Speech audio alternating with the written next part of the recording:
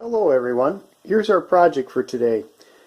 This looks like perhaps just a fiberglass tank, and that's exactly what it is. But kind of interesting, it's got some pipes hanging out of it, and if we look at the inside of it, it's empty, clean. It's got a seam in the center and some holes at the bottom. What this is a solar tank. It's a fiberglass solar tank. It's got a small leak in it someplace, probably around that inner seam. It had silicon sealant in it that had broken away from the side. And after about 30 years, it looks like it needs a fresh seal in it. So what we're going to do is use the roofing cement, the EPDM. In this case, it's just the liquid rubber that we're going to use. We're going to start out with a little Rubex with it, a Rubex caulk to seal that inner seam. And then once that's dry, we're going to go and move on to actually sealing it with the liquid rubber. So that's our project. Here we go. We're going to start out with the Rubex caulk, and also I've got some disposable gloves, a little bit of paper towel, some newspaper, things that I'm going to need, I think, for a little cleanup. And what we did to prepare this is we removed all the silicone caulk, pressure washed the inside of it, dried it out, and then I used some rubbing alcohol, 91%, along with a rag and a trowel knife, and just cleaned out the seam. And what I'm going to do then is climb on inside, and I'm going to go and seal the seam with the Rubex caulk. Then we're going to go and let it sit for overnight, check it to see that it's been cured, and if it has, then we're going to begin the next phase, which is adding the liquid rubber to the overall casing. But I'm probably going to give the sealant a good day to 2 days to cure before I go on to the next phase of it. So we took about a 2.5 of the 3 tubes of Rubex, and we sealed the seam all the way around, and filled deep within the crack as much as possible. Also, where the steel reinforcement rods were through, we went and sealed around those. Before I had put any sealant in there, I had also run compressed air through the crack just to remove any kind of other debris, and then another round of rubbing alcohol around it, just to make sure there was no oil or anything else in there. So it was completely clean inside there. And then using the Rubex, there were some spots in the seams that were maybe a 1/2 inch, but then they tapered down. And we just kept, working the sealant in, getting it as deep as possible into the crack, and then just did a quick little smooth over on it to make it easier when we get to rolling the liquid rubber across it all. So that's the Rubex application. And we just used a regular caulk gun for it, nothing special.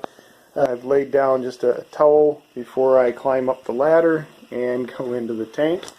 And in the tank, you'll see that we've got the Rubex seal in place. I trimmed up a little bit of the stray pieces so that as it rolls on, it should go rolling on smoothly. And the bucket, we'll remove the bucket when I get to the higher parts of the... Poured it into the paint pan. Why not keep all the mess inside the tank? Because that's exactly where I want all the stuff anyway. And then we're just going to go and start to work it into the roller. And then I'm going to start to put it onto the walls. So, just like painting a house. At least that's my expectation. So we're going to see how that works. Little confined quarters in here, but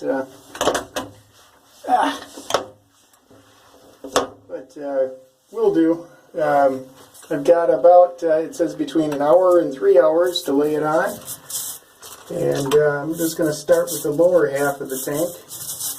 I'll lay down multiple coats, just keep working it until I'm done with the 2 gallons. And we're just going to go over everything multiple times just to make sure it's all laid out as level as it can be, or even and smoothly as it can be.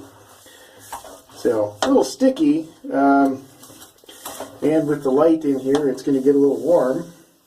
The house that I'm in is about 63 degrees in the basement, and I'm sorry, 73 degrees in the basement, and it's springtime. The humidity isn't terribly high. Put the pump in and then mount it and actually add water, because it's going to have water in it 24/7. It's laying down, just kind of like the wall, and I'm going to work it in and seal all these little fractures and cracks that you can kind of see coming up in here. But that'll all get filled in, and we're going to have one continuous layer of rubber.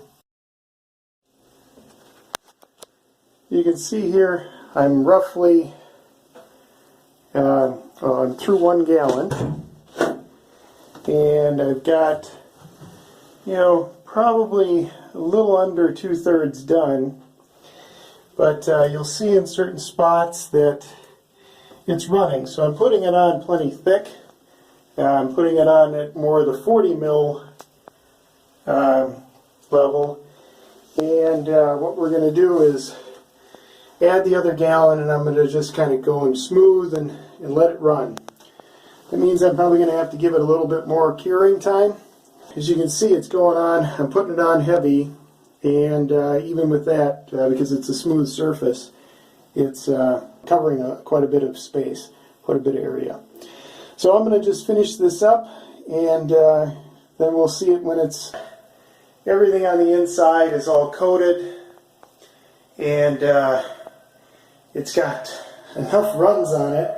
I'm at the 40 mil in many places, so I'm not going to try to get that last quart on here. My calculations might have been a little bit generous because I wanted to make sure there was some slop in the numbers. So 72 square feet was probably a bit high. It might have been just a little bit below that, but when you're spreading at 45 square feet for the bucket at 20 mil, that'd be like a bucket and a half, and I'm over that, so I'm on plenty heavy. Don't want to get it any heavier, or it'll be a year before I'm able to use it. So that's the project, and when it's dry, then I'm going to start to assemble the rest of the solar system. I've got new gaskets. There's some of the old heat exchangers. I don't know if I'll use those or not, but